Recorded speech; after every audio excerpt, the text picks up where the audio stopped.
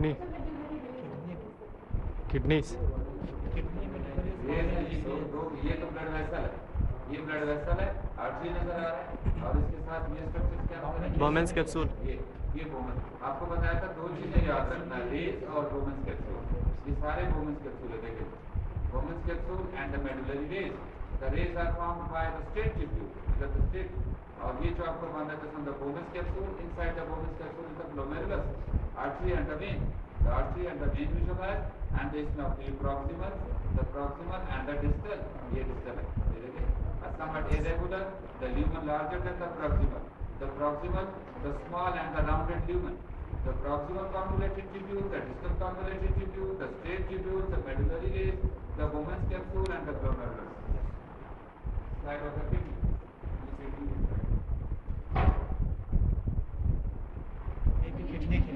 Kidney same structure का आपको जो है, उसमें भी आपको रेस नजर आ रहे हैं, ये बोमेंस कैप्सूल नजर आ रहा है, उसमें भी आपको सेम स्ट्रक्चर नजर आ रहा है, ठीक है।